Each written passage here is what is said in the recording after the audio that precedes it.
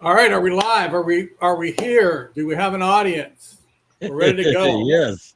All right, my name is Steve Doran, and you might notice that there's only 3 of us here tonight. Mike is out investigating his feminine side. We don't know what that means. All we know is that's what he's doing tonight, and so we're left alone. To my left is Dr. Brooks Agnew, one of the smartest people that I know on the planet, also probably one of the nicest people. He could be the stupidest bum in the world, and I would still love him because he is one of the sweetest, nicest people you will ever meet in your life. Below that is our captain for this evening, our Captain Kirk of the starship Toxically Masculine, Blake Walley. He's running the program. He's got all the clips. He's running all the electronics, the voice stuff, everything else. So without further ado, we're going to let Blake take it with the first story. Okay, where to begin? I guess and we to the should, audience, I forgot, to the audience, we love you. Big.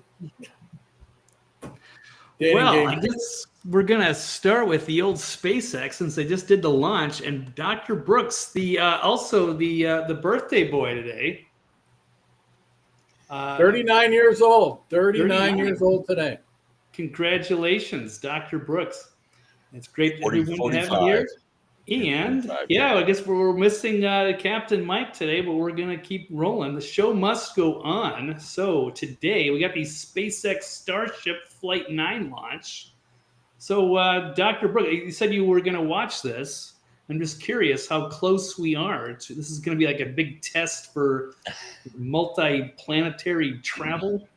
Well, it was a big test for sure. The booster, everything worked like clockwork until they got up to about 160 kilometers. The booster behaved as it was supposed to on the way up. They decided to test some high attitude re-entries with the booster and do some engine tests. They had tested it many times in the wind tunnel, and it held up. But this was the second launch for this booster. It's going to be the final one for this booster. And it did not hold up to the stress, and it spontaneously disassembled. So, in other words, it exploded. And then Starship was looking wonderful, absolutely wonderful, in very low Earth orbit, heading for the Indian Ocean. They tried to open the cargo doors to deploy some fake Starlink satellites, just as kind of exercise. Those satellites were going to burn up in the atmosphere. But the door did not open, and they ended up having a leak.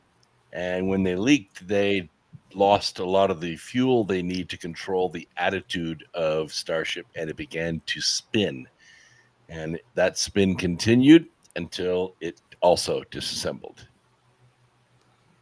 Well, that does not sound good, but at least I guess it was unmanned. Maybe a little setback here before we're off to send these. You got to test things to make sure that they work correctly, and sometimes you got to push them to their limits to make sure that when you do have humans inside, that they're safe and get to their destination. Yeah, because they're planning on a big expedition to Mars at some point, and then they're going to have like regular, transportation to be sent out there for supplies and everything. It's going to be. We're going to start with the moon. They'll start with the moon first. Yeah. I want to go to the moon. I want to see what's going on up there. I was going to ask Brooks. I don't know if this is total baloney or not, but supposedly the Chinese have been experimenting with DNA. And they have been injecting DNA in human beings that will allow them to get involved or take extremely long space flights.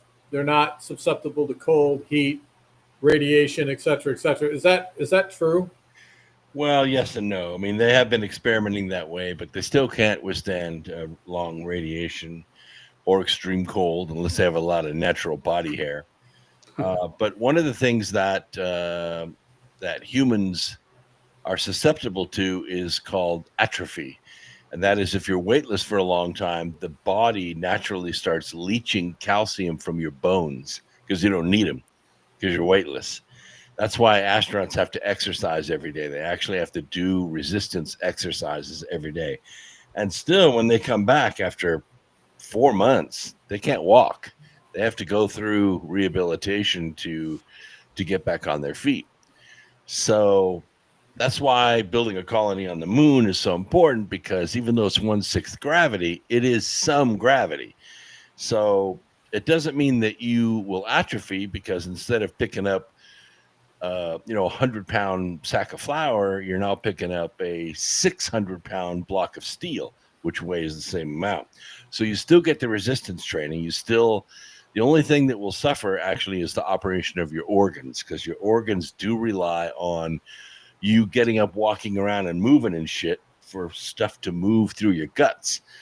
And it doesn't work so well in microgravity, and we have never tested that. So you would basically have to have something like they use at the hospital to pull the doo-doo out of their rectum. Ooh, while they're up there. Sounds bad. Well, fortunately, that probably works pretty well because of the sphincter action in the bowels. But I'm talking about blood movement, because in our arms and legs we have one-way valves, and so the blood is pumped against gravity, and those valves open. And then when the heart relaxes, those valves close, so the blood kind of steps its way up the legs to get back to the lungs to get reoxygenated. In zero gravity, those valves stop working, so the blood can just go either way, and it's difficult to keep your blood oxygen content up. So that would probably take some genetic modification. Whenever I'm in very, very low oxygen situations, like at 20,000 feet, we take Diamox. Diamox helps your body assimilate or get rid of CO2 a lot easier. Yeah, I've taken that before. It made me sick as a dog. I had the worst migraine. I don't have migraines, and I had the worst migraine headache I ever had in my entire life. And if you drink any kind of carbonated beverage, Coke, beer, anything, it all tastes like Alka-Seltzer. It totally screws with your body. But if you can take Diamox, you can function just fine at 18 to 20,000 feet. I've done it for long stretches. Yeah, not me. I did it for a short stretch, did what I had to do, got the hell out of there, never took it again. It was horrific. It wasn't while I was there. I didn't have any issues while I was up at altitude. After I got down, after I started getting lower in altitude is when the headache hit. Yeah.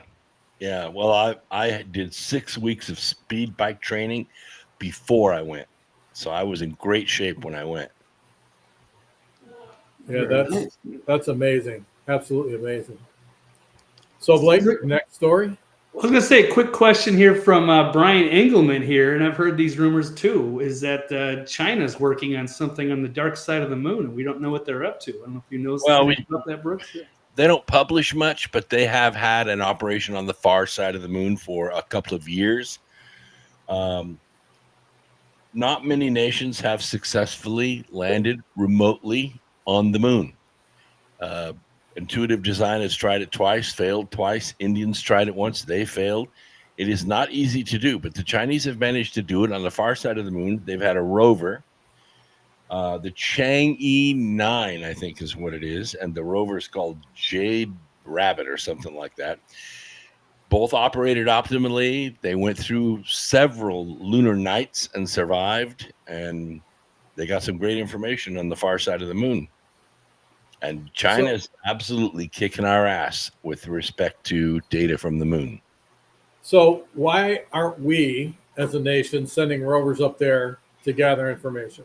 because we don't have a national interest in it. We haven't had a national interest in it in probably 16 years, all the way through Obama, all the way through Biden, the first 4 years of Trump. We just didn't have a national interest in the moon. What really started the national interest was a kind of a failed mission, or a reassigned mission we had in 2006 called LCROSS. LCROSS was a spectrometer that was sent to orbit around the moon and sample the lunar atmosphere. And it was supposed to give us spectrographic analysis of the atmosphere. Well, the retro system, the system that keeps it in orbit, had a leak, and the orbit was going to decay, and it was going to crash into the moon. So the team got together and reassigned the whole program. And what they did is they blew the spectrometer and the rocket sections apart. So they're now two separate sections. We have exploding bolts in these, so we can pop them into small pieces. So if they come back and re-enter Earth's atmosphere, they burn up successfully. They don't come down as one big assembly. So they blew the bolts, separated the two components. They dropped the rocket engine down onto the moon, and then they chased it with the spectrometer. So the rocket engine hit this crater and created this huge plume, probably 20,000 feet into the air. We took a picture of it from Earth, but it was too far away, and we couldn't get a spectrographic analysis of it. The angle of the light was bad, and we just couldn't tell what was in it. But when the spectrometer flew through the plume, it gathered all that information, analyzed it, sent it to Earth, and then it crashed into the moon. Well, that information from that failed mission is what started this gold rush, because that crater was full of frozen water ice and helium-3, both of which are valuable fuel sources on the moon. So that started the gold rush. Everybody since that LCROSS mission has been racing to get to that crater. Well, I think we should be doing more to get up there and figure out what's going on. Now, why can't people like Elon Musk and SpaceX send rovers up there? Well, they can, but that's not what SpaceX is about. SpaceX is about supporting the Gateway and the Artemis projects. So there are other companies. One is called Rocket Labs. There's another one that just recently I found out about called Gravitics. They're not publicly traded. Rocket Labs is, but Gravitics is not. And they're making a space carrier. So that this carrier will actually take dozens or even hundreds of satellites into orbit and store them. And so if we need to deploy them, it opens and deploys the satellites. So it's kind of like an aircraft carrier in space. The reason these things are needed is because we have to set up a GPS system around the moon. We don't have one. Right now we use the GPS systems around the Earth to navigate the moon. That's why it's so shitty. That's why we crash into it all the time. If we had GPS satellites around the moon, then we could remotely land stuff on the moon all the time. Well, we need this Gravitics craft to get those satellites to the moon and then deploy them, so that we have a cloud of GPS satellites around the moon. And that's just step one in building a lunar colony. And really what happened was when Trump became president the first time, he wiped a bunch of regulations out of the way that let private industry get into the space industry directly. And we're seeing the fruits of that right now. That's awesome. Blake, back to you. Okay, well, that's quite fascinating here. The our future. You know, all you got to do, if you don't know about something, just call Brooks and ask him. He's got. There you go. Before Google, I am, and I'm not going to hold anything back. If you ask me, I'll tell you. All right, very good. All right, well, we've got a lot of topics. How about what is the latest going on with Trump and Ukraine, Putin? Perhaps setbacks with the peace negotiations going on, as Trump may cut losses in Ukraine and abandoning the failed peace plan after the war ramps up. He even called Putin crazy, but maybe he wasn't factoring in the helicopter attack. Apparently, 46 drones from Ukraine attacked Putin's helicopter, which they fended off. But now that really aggravated him, and he's amassed 50,000 troops on the border, getting ready to escalate things. Well, the problem with the Ukraine is they're threatening everybody. If you don't agree with the Ukraine, they're threatening you, and they're going against you. There's no way that they can win this thing. There's no way that they can come out on top. And the reason is, you don't threaten potential allies. You don't go after people just because they criticize you.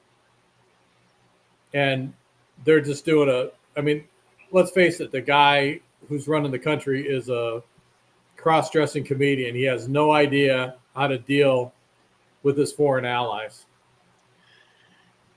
Yeah, and the news leaves out a lot too, because if you just step back a few days, what happened was Ukraine launched a massive drone attack, a massive one, and it even went all the way to Moscow. There were so many drones that they had to cancel air flights because the airways were so congested with drones, they couldn't safely fly. So Putin responded by launching everything they had, except for the hypersonic missiles. And they just beat the shit out of Kiev, just blew it to crap. People were hiding in subways and shelters. Fortunately, less than a dozen people died on both sides from all of this drone activity. And it's just been ramping up ever since. And right now, Blake's right, or Steve's right, they're amassing 50,000 troops on the border. This doesn't mean much because there's already like 275,000 troops inside of Ukraine. But if Putin wanted to, they could ramp up in a hurry and just take it all out. What they're they could really decimate the Ukraine within a matter of hours. Yeah, what they're really hoping to do, and I don't think they're going to be successful at doing it, is they're trying to get Putin to do something that brings NATO in. They're trying to get something to leak over the border, and Ukraine may do it on purpose. They may blow up something, and have it go over the border into Poland or something, which is a NATO country, and that would trigger Article 5, and then NATO could come in. Right now, NATO can't legally fight in this battle. This is between Putin and Ukraine. So what do you think would have happened had Ukraine been successful in taking down Putin? Would he be replaced with somebody more reasonable with the West, or somebody even less restrained? Oh, yeah. There are 5 layers of bad guys. There's Medvedev, there's Lavrov, there are 2 or 3 other generals that I could name right now that are way more aggressive than Putin is. Putin is at least diplomatic. He at least looks at the world through a picture of peace and balance. Not these guys. Okay, well, that's good. Well, hopefully they can figure something out, but we might be walking away from the peace talks for a while. Well, the best thing that the Ukraine could do would be to meet with Putin, set a peace deal, and move on. There's no way for them to win. Even if NATO comes in, none of the Russians are afraid of NATO. None of the Russians are afraid of attacking NATO should they come in and get involved. So all they're going to do is create a bigger mess. The best thing to do is go back to the peace talks, get things settled, get it over with, be done with it. I think Putin would go for peace if Ukraine would quit attacking Russia, but they're not going to. I believe so. Victoria Nuland and Jake Sullivan and these guys, I wouldn't. If I had a country and you kept attacking me, I wouldn't go for peace either. Right. Yeah. And of course, the terms they come back with are very Arafatish in the sense that they say, okay, we agree to a ceasefire if you pull all your Russian troops out of Ukraine and give us the land back. That's not a point of negotiation. No. You're not in that position. You were in that position when the Minsk agreements were signed. And then Boris Johnson went and ripped them up and said, let's settle this on the battlefield. And Putin said, so be it. And that's what they did. Okay. Well, should we switch the subject here? Got another interesting one. How about this new, all this AI? Let me get this article up here. Got senators championing no fakes on there's 2 separate acts that they're getting ready to pass, or at least talking about here, to get rid of deep fakes, despite the First Amendment alarms. should we let the government regulate some of these AI videos because they are getting really good? There was a big breakthrough over the weekend with Google's new Veo, and it's getting really tough to tell fact from fiction. In fact, we can run a couple of clips here. We've got one here. Let's try running short one. This is from Trump, and it looks legitimate, but of course it is not. Lopping off someone's ding-a-ling doesn't make them a woman, it makes them a eunuch. But you already knew that, right?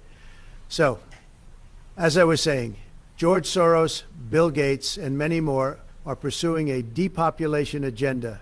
Very inappropriate. Poison in the food, fake medicine, endocrine disruptors, psych meds, and mass immigration. They want to turn your kids gay, retarded, or both. David Hogg, Harry Sisson, and that one fat chick are the prototypes. Very off-putting. I don't often say the word yuck, but I think it fits here. Conspiracy theories, for the most part, are simply spoiler alerts. Alex Jones, paragon of truth and justice, has been saying these sorts of things for years, and it's high time we start paying attention. Lopping off someone's... Okay. Yeah, another one there. Everybody knows that was fake, but I see what you're saying. Right. But see, in this particular case, I think that that's what the president is thinking in his head, even though he's not saying it. Oh yeah, it could almost be legitimate, or he could say that like behind closed doors. It would be cool, but yeah, it's going to be different. So I don't think I have to put a warning That would be something label. I would definitely say. Like, Well, I mean, this is no different than, newspapers of old. I don't know if you remember, but the yellow journalism started in the early 1900s with the Spanish-American War. The Hearst family, William Randolph Hearst, said, "You give me a photograph, I'll give you a war." They've been doing this fake news for a long, long time and have sucked a lot of people in, and a lot of people have died because of it.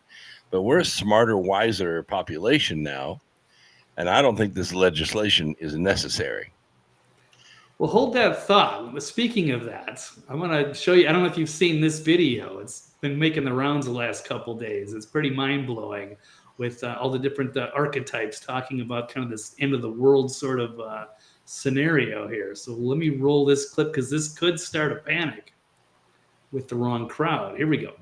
A detonation has just occurred on the outer ring of the city. We'll now be going live to our top influencer opinions. OMG, people, the world is ending. Are you seeing this? This is actually so exciting. Yo, I know it's chaos, but you got real survivor's wife energy.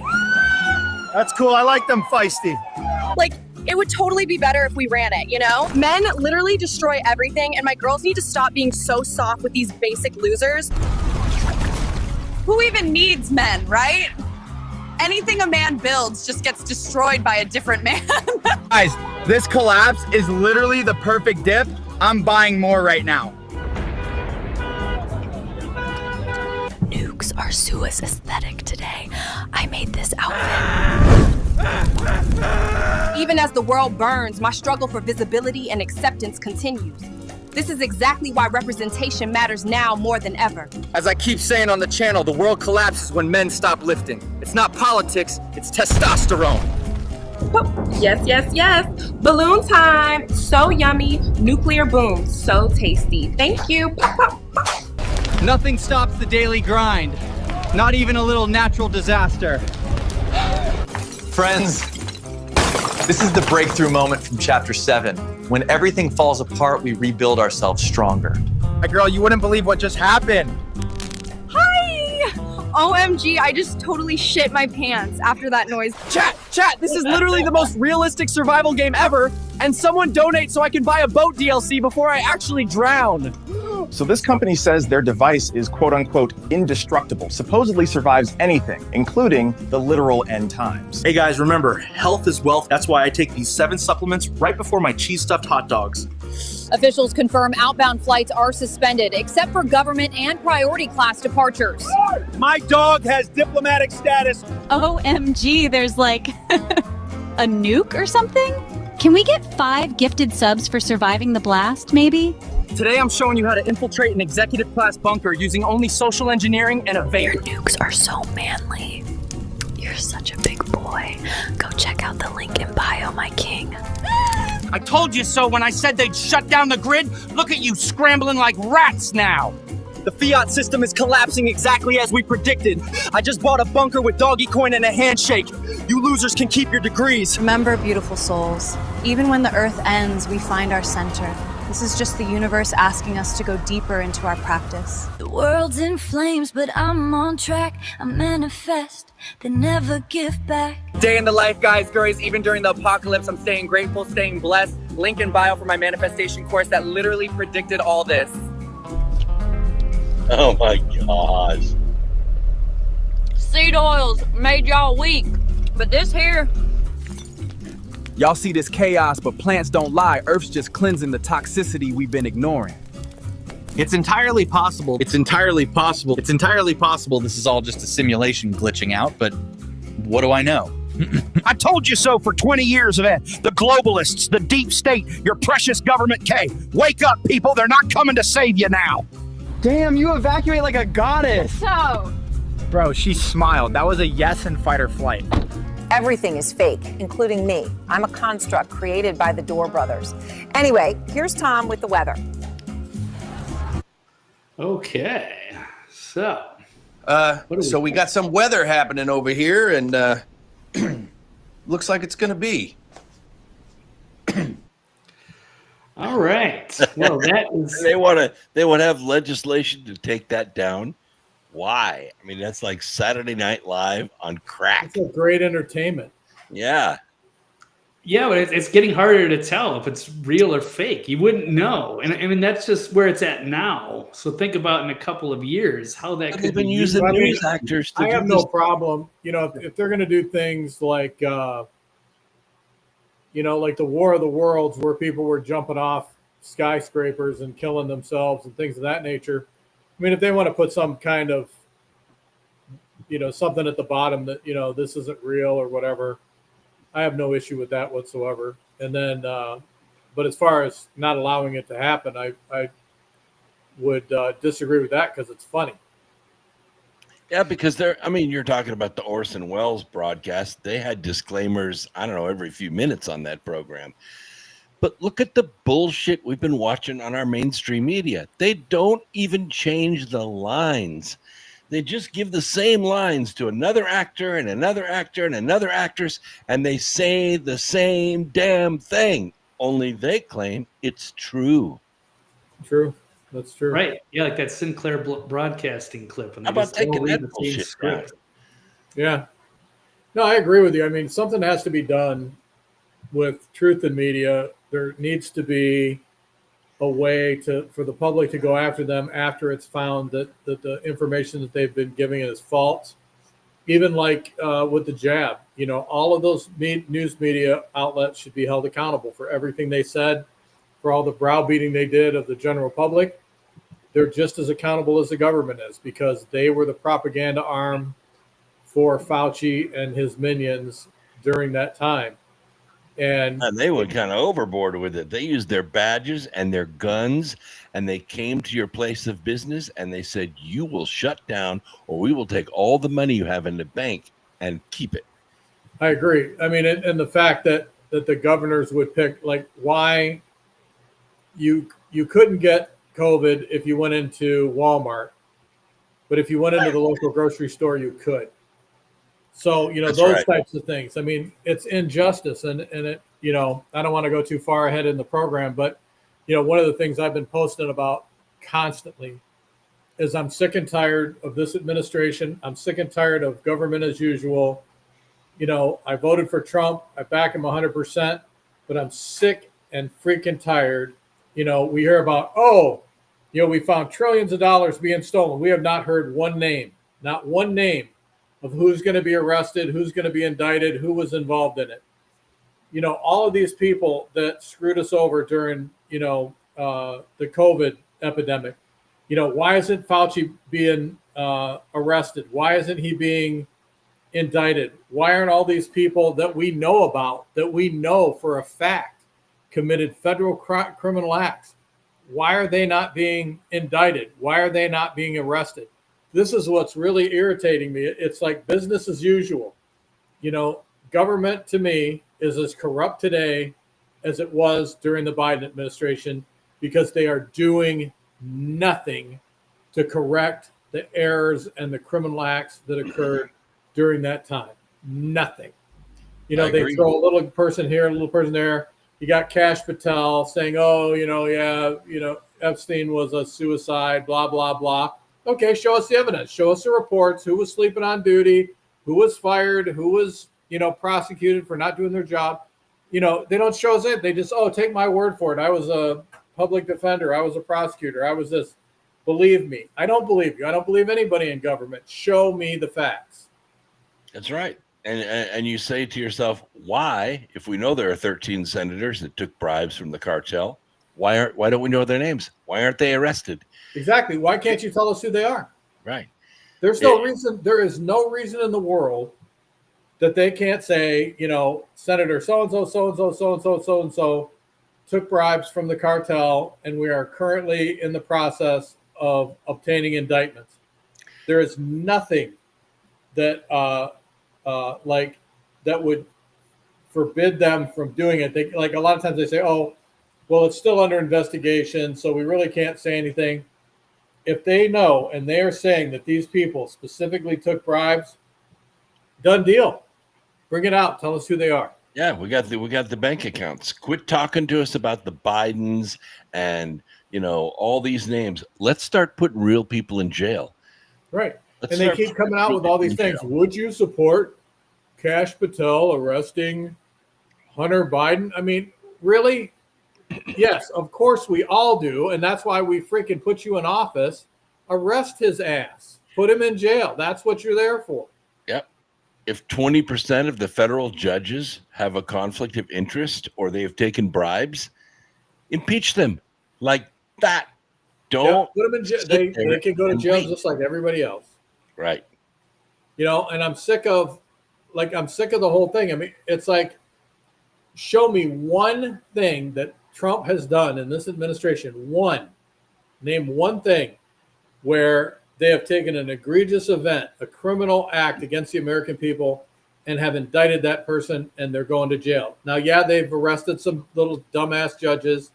Yeah, they've done some little tiny things, but we have egregious criminal acts that were committed against the American people. They have verified that.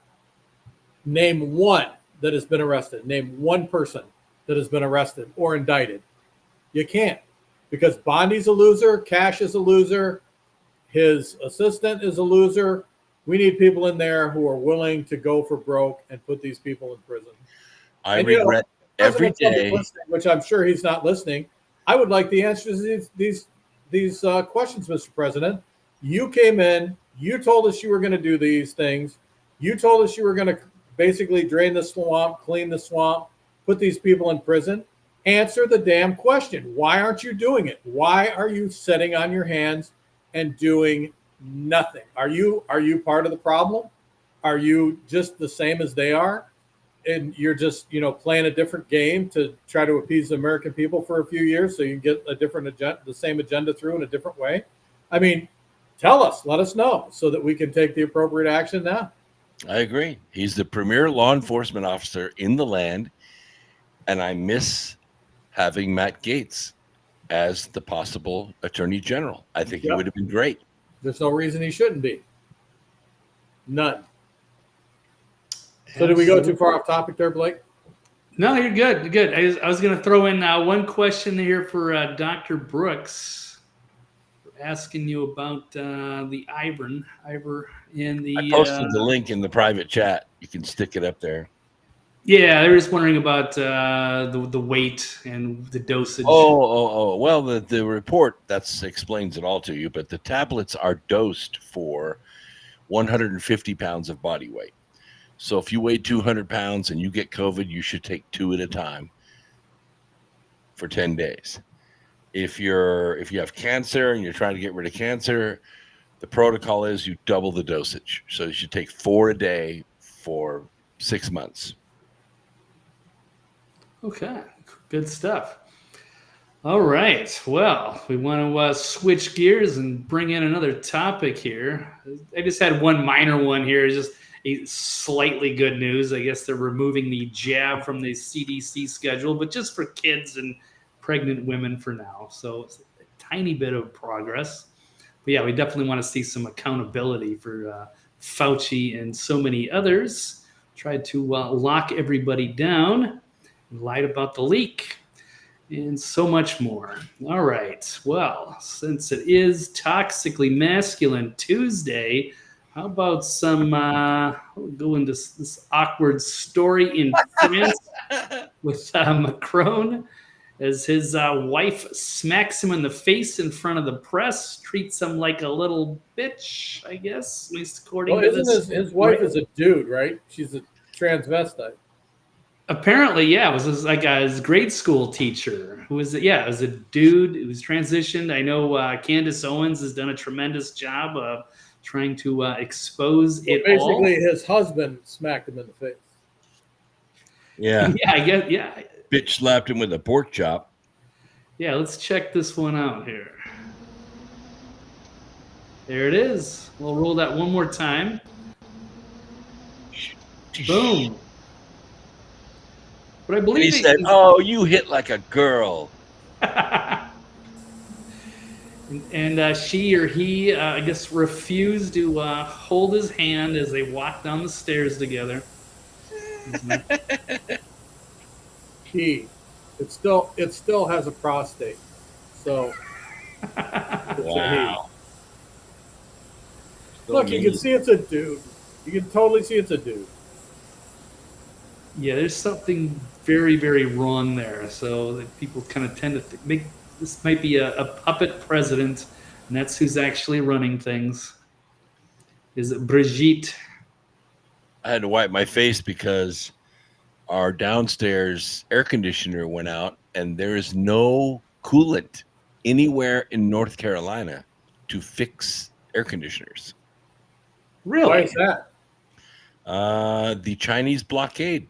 All of the coolant is made in China and is sitting on ships off the coast of Shanghai.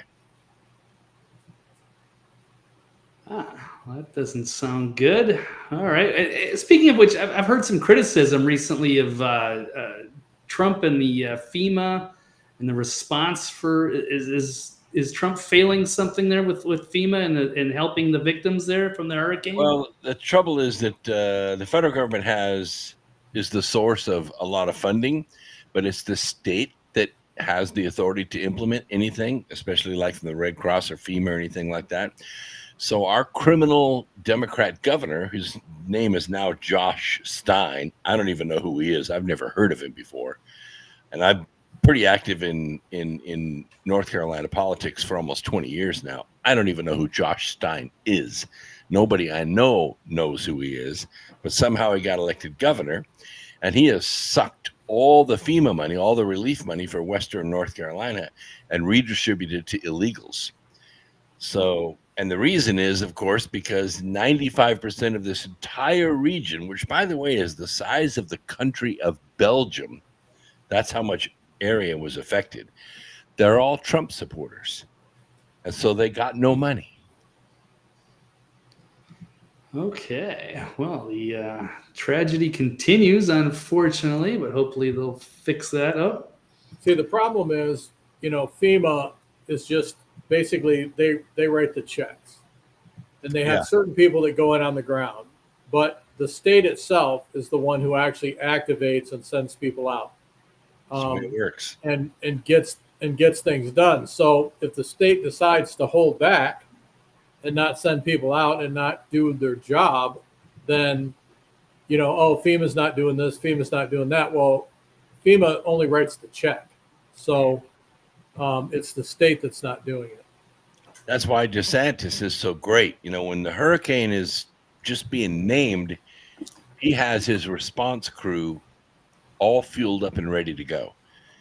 And as soon as the wind starts dying down, they go out and put the lines back up, clear all the debris away, dump it all in the landfills, and that's why Florida just carries on. Very good. Okay, well, we're ready to switch gears again. I've got another story. I'm kind of on the same line here as the Brigitte. This one just popped up on the Gateway Pundit. It's a trans TikToker going through his horrific experience, or I don't want to misgender here. Misgendered at Disney World after the server called him sir. And he So is he a dude? Is he a dude or not? That's a good question. I believe so. I would refer to it as a sir. And it's hard to tell when you're wearing like the mouse ears. So it could have been an innocent mistake. But yeah, apparently this poor person lost their appetite after being misgendered and no longer feels safe in Disney World. You know what my response is to that? You know what my response is to that? Grow up. Yeah, I wear my mouse ears, but you can't tell because I have a hamster bulge in my pants. Jeez. All right, let's take a look. Here we go. Let's see if the volume is up good enough. We'll see. The bottom is from Thailand. Coconut bread from Thailand. Yes, sir. Cool. Ma'am. Yeah, ma'am. Sorry.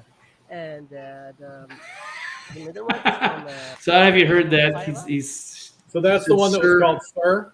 And then he corrected the waitress to say no, that's ma'am. And then it all went downhill from there. Wow. Coconut bread from Thailand. Yes, sir. Cool. Ma'am. Yeah, ma'am. Sorry. And you're a dude. I would have, if I was a waitress, I would have said you're a dude. Papadom with the gingerbread chutney. You're not a male. And the third is from Brazil.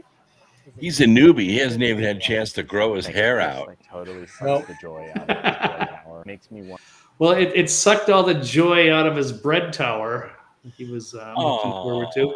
I wonder how much they paid for that. I know the food's pretty expensive. You know these people go in there specifically because I know specifically to get offended somehow, some way, so they can file a suit or go on TikTok or whatever the hell they do. Yeah, that's definitely on the TikTok, the latest outrage. So I don't know if anybody's actually going to. He lost his appetite. Yeah, I gained my appetite back. Good for you. All right. Well, let's see. What else do we have on tap? We've got, of course, the auto pen scandal is ongoing. And maybe should we consider being run by a Politburo? That was interesting word I heard today. Apparently it's from the Soviets, the communist Soviets back in the day. And that's how Biden's inner circle referred to their situation as they ran the presidency by a small committee of advisors and, of course, and family members with Jill and Hunter. So let's, where is this one? After the new book has outlined, and actually Jake Tapper exposed this, revealed the devastation, why aides were willing to do undemocratic things to keep the faltering president in power. So do you guys think we'd be better off with being run secretly by a Politburo instead of one man or woman as the executor? That's why we have a vice president. As much as I detested her, she was supposed to take over if he wasn't able to run the country. The whole purpose of a vice president. Yeah, it's kind of interesting you bring that up because this fight actually took place back in 1801. This is before Republicans and Democrats. And back then they were called Federalists and Anti-Federalists. And the Federalists were the precursors to the Democrats.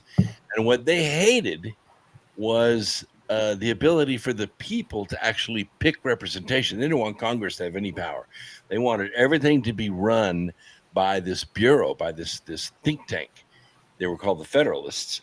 In fact, in those days, the vice president and president ran separate elections. So it was quite possible to get a conservative and a liberal in the White House at the same time, and nothing got done.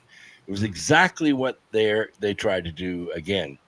And what they want is their secret little cabal and an auto pen and some boob or some puppet, some muppet in the White House that everybody thinks they elected.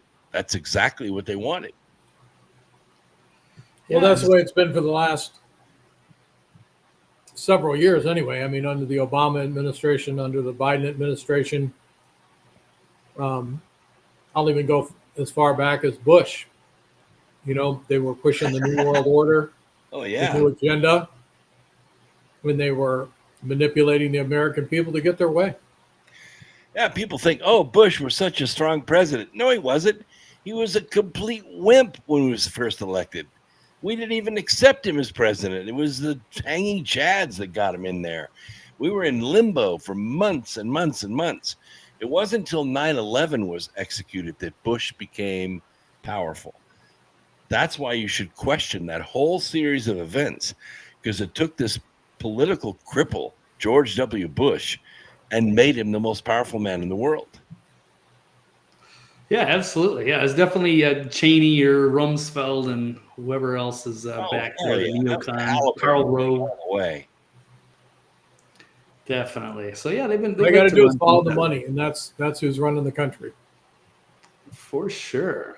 Well, except now, I think, and in a sense now, but it's a different. It's not like Soros and U.S. aid pumping money to Soros to turn around and bribe secretaries of state and governors and judges. I get it. But that being the case, why aren't they going to jail? Why aren't they being named? It's a really great question, because the people of the world, not just the United States, the people of the world are demanding justice. And if we don't get it, we're going to go to the next level, which is war. Yeah, looks like they could be gearing up, whether it's with Israel, Iran, or Ukraine and Russia. Yeah, it's definitely. You know, Trump's talking about this Golden Dome thing, and he signed this executive order to make it possible. He still doesn't seem to understand that they don't have to blow up our cities to destroy America. All they have to do is turn the lights out for about 72 hours. The armies are already in our cities. They're already here. They're already armed. They have orders. They are ready to go. All they need are the lights to go out, and you will watch our cities destroy ourselves. They don't need missiles to do it. We will do it. If you go to a place like Phoenix, and in the summertime you cut out the water and you cut out the power, and people are literally burning up in their homes, have nothing to drink, no way to cool off, and you have someone come down the street and say, hey, bring your guns out, bring out your extra food, we'll drop off water. Once we check your house and make sure that you've gotten rid of everything that we want, we'll turn your power back on. People will do it in a freaking heartbeat. Yeah, the same you're right. thing will happen in the East when it gets cold.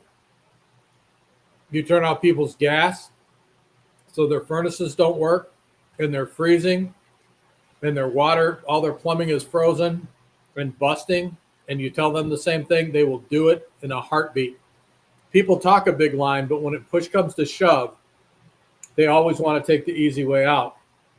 And that's what they've been training the American people to do for the last 20 years, is to be compliant, comply. And like I said, I hear a lot of people talking smack, and I know for a fact that, like I said, when push comes to shove, they won't do anything. They will go right along, lockstep with whoever's in power, and they will turn you in a heartbeat. If it gains them one extra thing, that's a fact. It will happen. Like if they were to come to the end of our street and go to the first house by registration, say this guy's got 8 guns, we're going to stop and get him. So they knock on the door, tell the guy to bring his guns out. Of course, we're all looking out the window. How come all the cops are down there at Frank's house?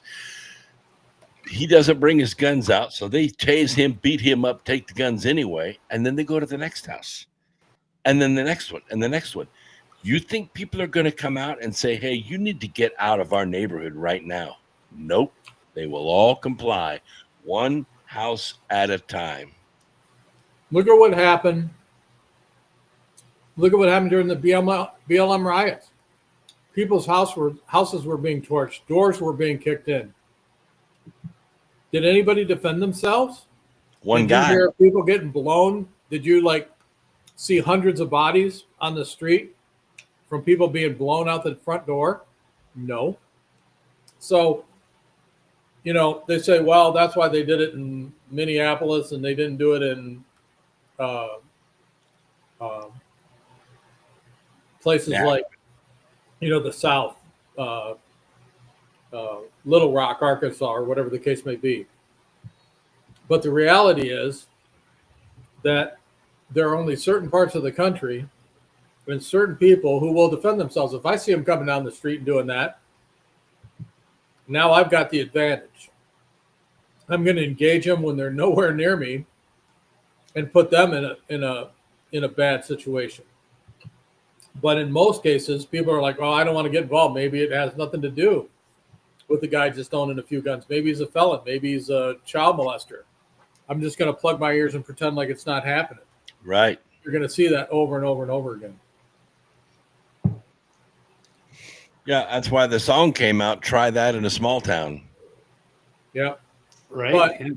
But see, that's the thing. Like, even when you look at the Russians, when you look at history, they left the Siberians alone because the Siberians, they would say, look, you don't do what we say, we're going to kill everybody in this community.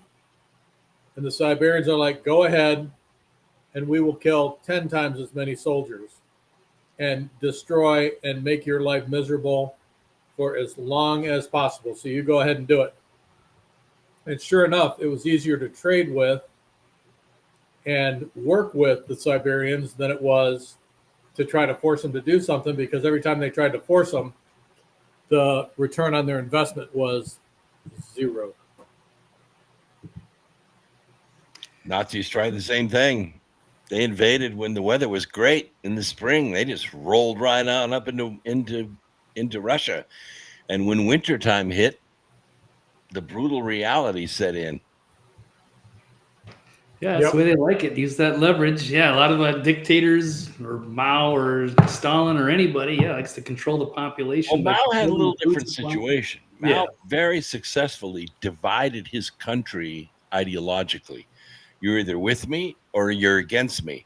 And if you're against me, if you're against joining my great solution, we're going to starve you out. And that's what they did.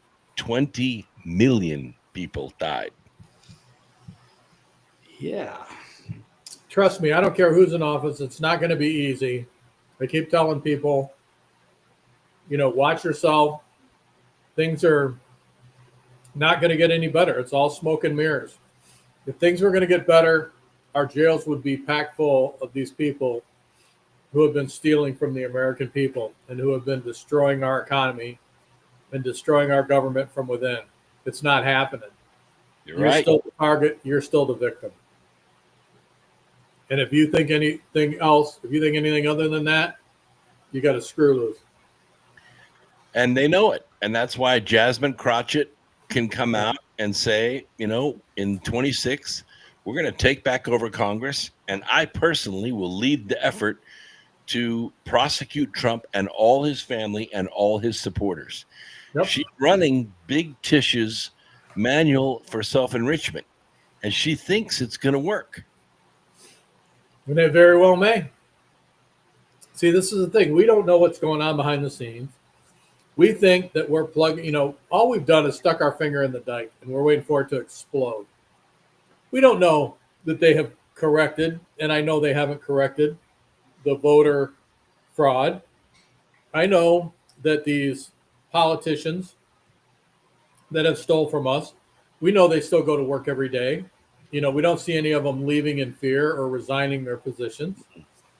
We know that none of this, as far as we know, they've cut the money off, but we don't know that for a fact. All these places could still be receiving their, the funding that they've been stealing for years. We don't, like I said, we don't know. All we know is what we're being told, because we're not being shown anything, nothing. We're just being told, oh yeah, we found, Brooks Agnew's taking $20 billion, or a guy we think named Brooks Agnew's taking $20 billion, and we're stopping that. We don't know that they did. We don't know that he's still not getting it. Just like the guy who supposedly gets like $100,000 a month in Social Security. They never told his name.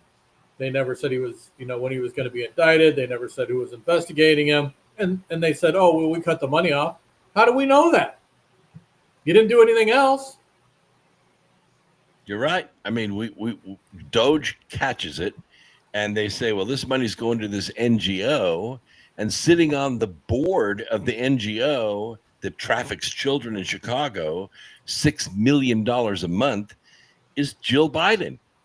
What? Yeah, these are facts. They're coming out in documentaries. You got these judges, Merchant and Boasberg and all these other judges. Their kids, their nephews, their wives, their brothers and sisters, they're running these NGOs that all this cash is flowing to, and they're supposedly, doing pro bono legal work for illegal aliens. They're not. They're just pocketing the money. Right. I mean, look at, they found those tractor trailers full of dead children's body parts. I mean, horrific things. And what always happens when they find that kind of stuff? The people who found it, the people who are investigating it, commit suicide. Right. Even with Epstein, that, their star witness committed suicide. Yeah. So here again, what is the Trump administration doing that's any different? Everything that was happening under the Biden administration, everything that was happening under Bush, everything that was happening under Clinton is happening now. It's a little more open. We have a little more information than we used to have. We're getting patted on the head a little more, but what really has changed? Name it. I mean, I Why can't name is one thing. it the big, beautiful bill on the one hand is supposed to lower the deficit by $1.6 trillion. And on the very next breath, they say it's going to double the debt or double the deficit. You can't have both. That's right. So, stay prepared. That's all I can say is, I tell people all the time, I go, this is just, in my opinion, this is a reprieve. This is a time to get your act together. If you haven't already done so, get your life in order, get things together so that when things go bad, you're ready for it. Because I don't see things getting any better. I just see, like I said, people talking out of both sides of their mouth.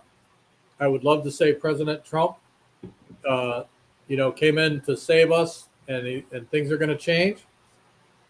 Haven't changed yet. And until they change, as far as I'm concerned, it's life is business as usual. And I'm going to keep doing what I'm doing in an effort to take care of my family. I'm going to make sure. Well, I have plenty of food. that's why Food, people like Marjorie Taylor Greene and Lauren Boebert and others, they need to take these Doge cuts and the very next day pass a law to codify that Doge cut, make it law, make it happen. That way judges can't touch it. Judges, and again, there again, as far as I'm concerned, what the judges are doing is not constitutional. And just like Biden, Trump needs to ignore them. Needs to totally just say, hey, it's what you're doing is not constitutional. Go to hell. I'm going to keep doing what I'm doing. I'm not stopping anything. I'd like to see that. Yeah, it's been disappointing thinking that there's going to make a big difference. I mean, things are at least in a much better situation than if we had, Kamala or, God forbid, Biden for another term. But yeah. Well, I mean, like I said, it's a reprieve. It's not a pardon. It's just a reprieve. We've got a little more time to do the things that need to get done. Yeah, before Jasmine Crockett takes over and right, uses the AOC congressional committee to go after everybody. I mean, when you got guys like Tom Cotton who pretend to be Republicans, who sit there and pound their chest, who voted along with the Democrats and the, Build Back Better bills and all that kind of stuff, the very first thing that the Republicans need to be doing is getting rid of those people, right? All the rhinos need to go. They're worse than the Democrats because they claim to be one thing and there's something totally different. We have the same problem in North And Carolina. yet, people are patting them on the back and, you're a good Republican, and they're just lying pieces of filth. They're the amoebas that cling to the walls of hell. And, same thing with, I can't think of his name. He's out of Texas, Mr. Eye Patch, Navy SEAL. Oh, Eye Patch McCain. Yep. Yeah. Anyway, that guy, same thing. Votes with the Democrats, does whatever the Democrats tell him to do. Dan Crenshaw. Yep. And one of the things when Crenshaw got elected early on, I actually know him. And we were conversing on a regular basis. And the very first time that I confronted him, he blocked me and I was the Antichrist. Is when I confronted him, I said, wait a minute. I said, they're giving the American people, and I can't remember the exact dollar amount, like, $2,000. And I said, they're giving every elected official like $50,000. Why has no politician stood up and said, hey, wait a minute, we don't need the $50,000. Not one person identified, not one elected official identified that they were getting, 10 times the amount that the average American citizen was getting, the average taxpayer. And when I confronted him on that, he's like, oh, you don't understand. And then that was it. Didn't want to talk to me anymore. So that's what I'm saying. I mean, all of these guys and gals, whatever, it's that we have up there elected are criminals. Because if all right, when they passed the Build Back Better, each one of them got $250 million for security. Did one elected official stand up and say, hey, I'm not taking this $250 million. If this thing passes, the whole point of passing this is every elected official that votes for it, plus those that didn't, if it passes, gets $250 million. Not one stood up and said one word about it because they were hoping it passed to get their $250 million. Yeah. To me, that makes them all criminals. Yep, it's true. I don't want any of this Doge savings. Don't write me a check. Don't increase my Social Security. I don't want it. Pay off the debt. Stop spending so much money. Just stop it.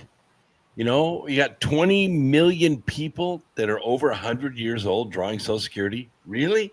Just stop it. You know how you can help me? I mean, if the government really wants to help me, they can cut my taxes, right? I shouldn't be paying taxes. Once you're a certain age, once you're retired, you shouldn't have to pay a tax on your home anymore. It should be free and clear. You pay your mortgage, you own it till you die. If they want to, tax the next person to buy it once you croak, that's fine. But I mean, to me, it's always been a mystery. Why pay taxes on the money that I earn? Then I pay taxes on everything I buy.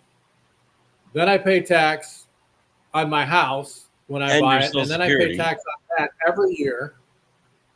And then they try to pass other taxes for me to pay to support the school systems or whatever. What about the lottery? With the lottery, we should have the best school system on the planet, right? Yeah. And it's more money, and we get nothing in return. Nothing.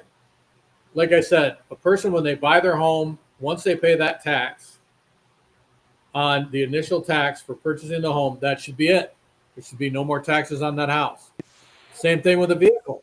Every year I can see them charging, $9 for a license plate, $10 for a license plate, but charging you a percentage of that car's value is criminal. I pay $600 a year for my vehicles. You're right. And then you have states like Michigan. Brooks is a national speaker, so he goes up to New York to do a speaking engagement. So he gets a traffic ticket. He lives in Michigan, and he pays his traffic fine. He's guilty. He says, I'm guilty. So he goes up, pays his, $500, $50, whatever ridiculous amount the state of New York is charging. He gets back to Michigan.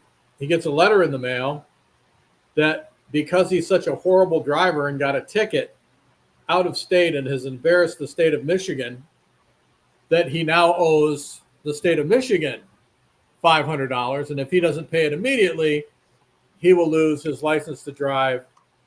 And they contact, which again is criminal. Wow. then they contact Brooks's insurance company and says, hey, you need to raise his rates because he doesn't know how to behave when he leaves the state. And they spanked that rash a few more times. Yep. So again, how ridiculous can it get? I mean, first of all, the state of Michigan has no jurisdiction in anything you do in the state of New York. None, zero, zip. How can they fine you, write you a ticket, and expect you to pay it, and then, threaten to cancel your license when you have done nothing illegal in the state of Michigan? That's why we call them revenuers. And yet, have you had any attorneys challenge it? Nope. That's why we call them revenuers. That's what I'm saying. We are a nation. I don't care what you say. We are a nation of slaves. And you do what we say, or we're going to ruin your life. Do what we say, or you're not going to be able to function the way that you normally function. And that's a fact. It's not, it's no secret. And if you go down and you go to the Secretary of State or whatever the case may be, and you say, hey, this, how is this constitutional? How can you do this? They're like, we do whatever we want, because if you don't do it, we're going to take your license away and then you can't drive anymore. Yeah. We have that power. And again, it's just a way for them to get more and more and more money. It's true. Racket. I agree there. Anything else, Blake? Well, all I have left is a hypothetical thing for fun if you guys want to play. But that's I do, but we already know that Brooks is going to win. Well, I want to talk about nuclear power plants and the law or the act that was just put into place. This nuclear ordering the reform of the Nuclear Regulatory Commission. And once this is done, and it should be done pretty quickly, probably in the next week to 10 days, it's going to allow the United States to do something we haven't done in 37 years. We're going to be able to build new nuclear power plants. Okay, and what's your feeling on it? Talk about clean, renewable energy. There you go. No, I'm all for nuclear energy, but so this will allow them to do it without what, state's permission or what?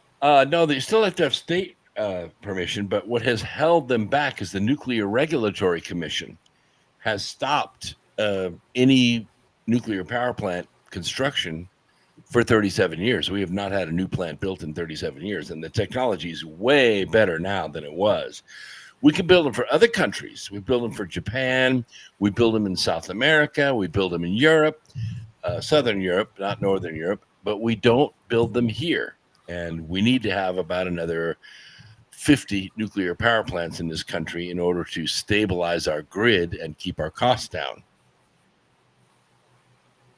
Well, I'm all for it. Anything that keeps the cost down. I'm off grid technically. I'm still hooked to the grid, but I have solar and a gas generator and battery power. So my bill is like next to nothing.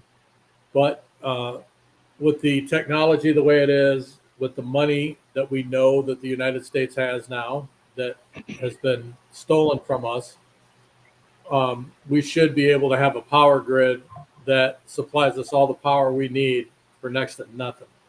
Sure. And I'm all for it. I'm all for it. You want to build a nuclear plant? Have at it.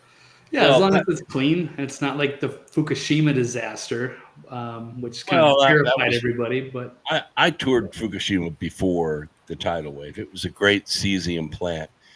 But the locals knew that they built it on a fault line, and it was right there on the beach almost. So they knew it was susceptible to this kind of natural disaster. But it was still a very cool plant, very modern, very clean, a cesium pile, much more stable than a uranium pile. And it provided power for everything all the way to the south end of Tokyo, Fukushima did. And then, a series of unfortunate events. And the cooling pumps didn't work, probably because it was infected with the Stuxnet virus. And now you have a world catastrophe.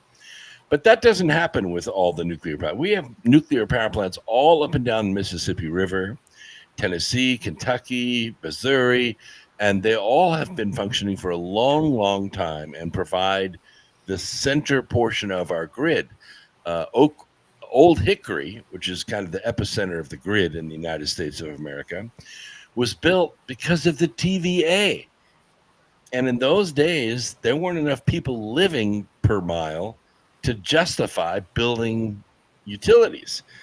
So the Tennessee Valley Authority was funded to build the utilities so that the Midwest, or should I say the Mid-South, could grow. It couldn't grow before. It didn't have electricity. So everything from Louisville down to about Atlanta was able to grow because of the TVA. And that's well, that brings me to another question, because it's my understanding that 3 Mile Island was put up for sale and Bill Gates purchased it.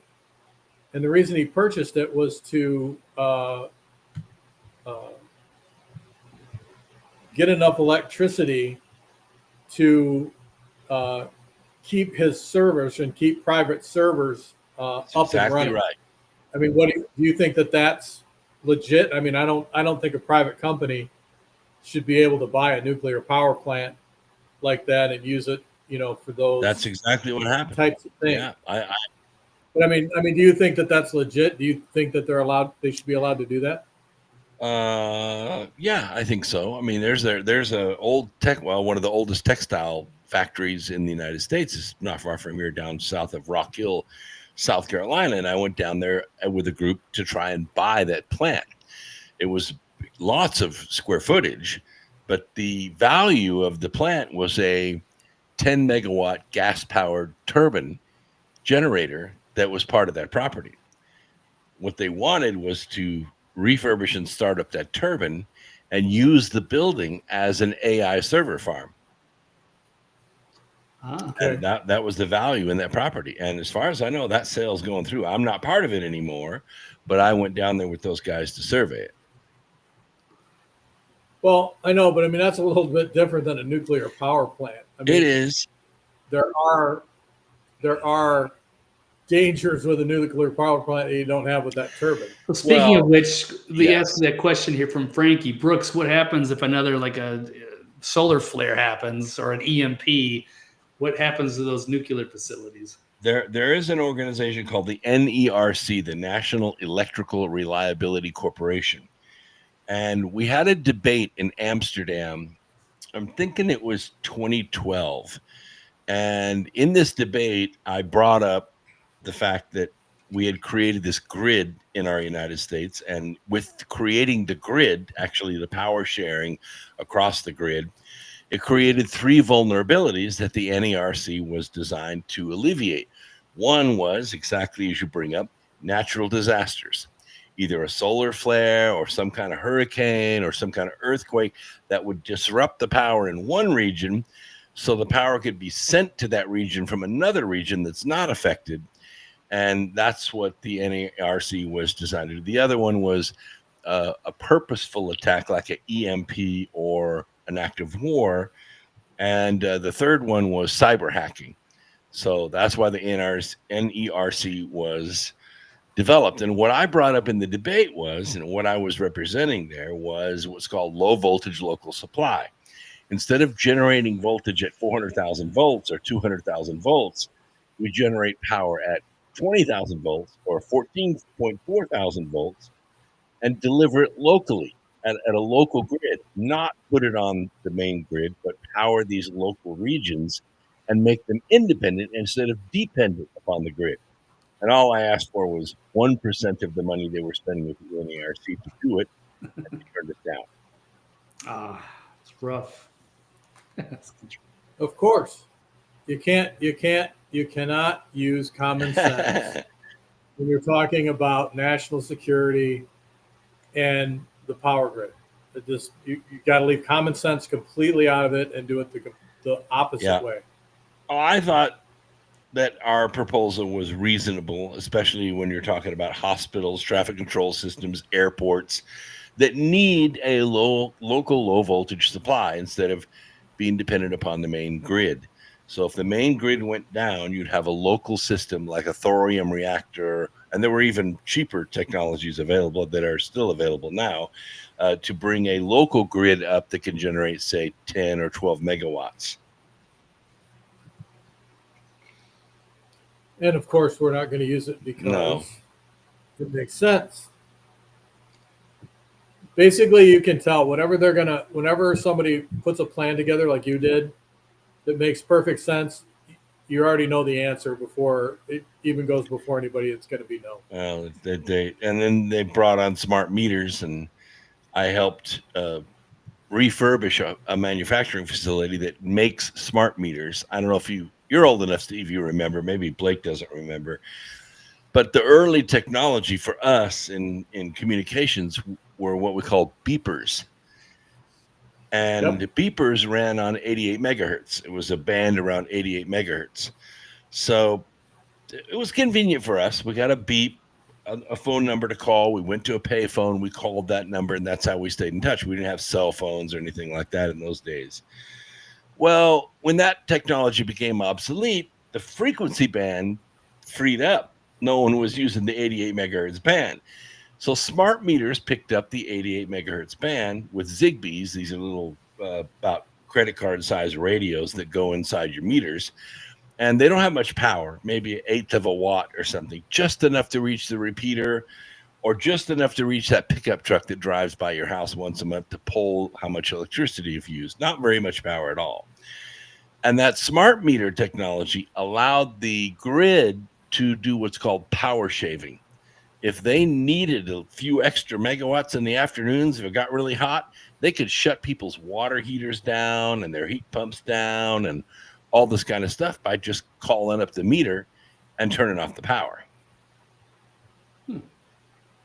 Amazing. It's all about control. It's all about a central control. If they had a neighborhood get out of control, like Steve said, they would just shut off your electricity and bring they you. would do it at a time. They would do it at a time that would be the most inconvenient for the homeowner or the resident.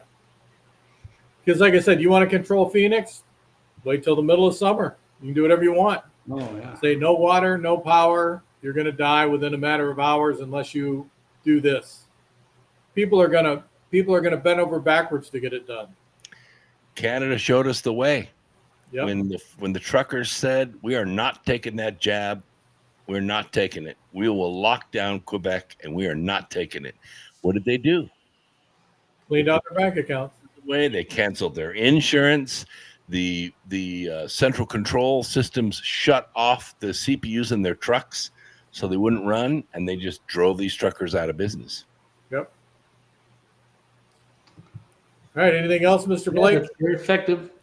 If you guys want to play hypothetical games for fun, what would you do in a situation such as this?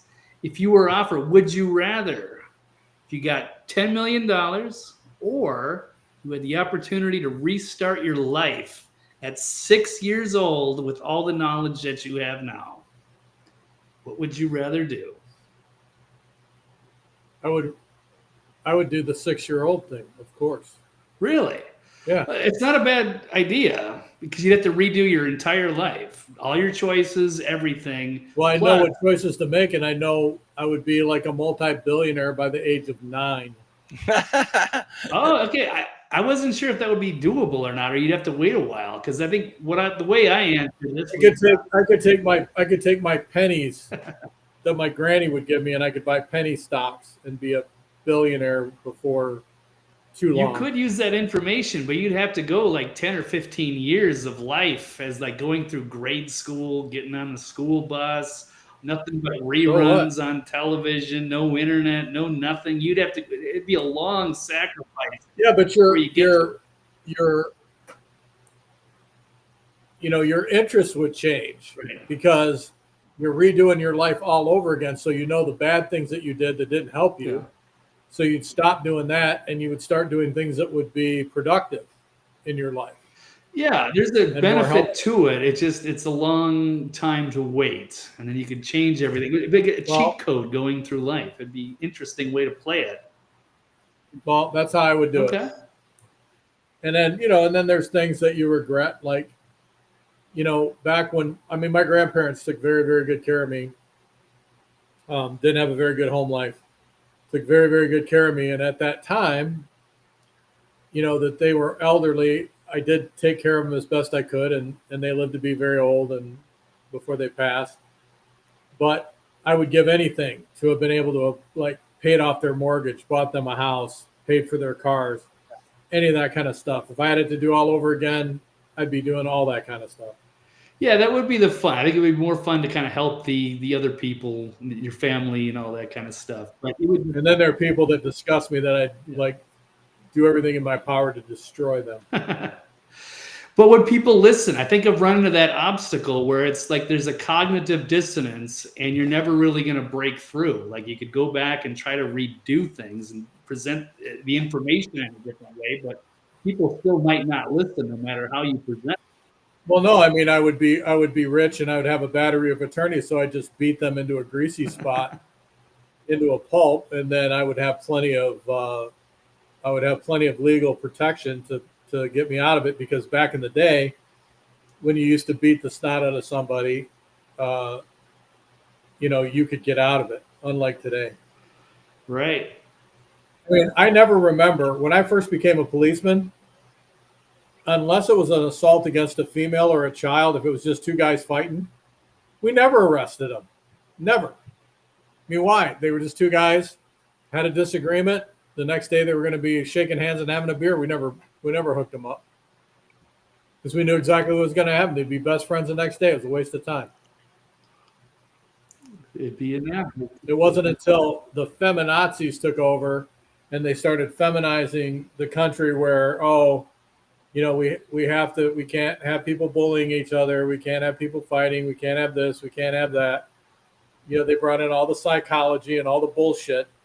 It wasn't until that time that the world went to hell. Back when, guys, if Brooks had a problem with his neighbor and they duked it out behind the garage and had a beer and settled it, we didn't have all the problems we had today. It was taken care of. That's just the way it was. You had a problem with your neighbor, you settled it. And I'm not saying there wasn't any crime, but it's not like today. Right. You didn't have hordes of people running rampant and burning down entire, cities. We did have prior to that, in the 60s, we had problems in Detroit with the race riots and whatnot, but not like today. So, and all of that was created by the women feminizing the United States and, in fact, the world. And that's what's caused all the problems. The dads weren't involved anymore. Everybody has to be nice to each other, blah, blah, blah, blah, blah, blah, blah. I could go on for days. But the reality is sometimes getting your ass whipped isn't a bad thing. Sometimes, fighting for what is right isn't a bad thing. Sometimes when people get out of line and they are extremely destructive and you go in and hammer the crap out of them to stop them, it isn't a bad thing. Right? Because there has to be rules. There has to be justice. There has to be law and order. If there's not, then everything's lost. Agreed. Civilization lost. Okay. Well, I think that's all I've got on tap, unless you guys have anything else. Well, Brooks didn't answer the question. Brooks, I would take the 10 million, because I wasn't a 6-year-old, but I was a 9-year-old, and I had all the knowledge of an adult. And it did me no good, because nobody would listen to me because I was freaking 9. So I already had all the knowledge, and it didn't mean that I had wisdom. I made stupid mistakes. Like I did not wait till I was graduated to get married, things like that. But if I had 10 million now, there'd be no looking back. All my kids and grandkids would be set for the rest of their lives. And the entire forward generations of the Agnew clan would change forever. That's true.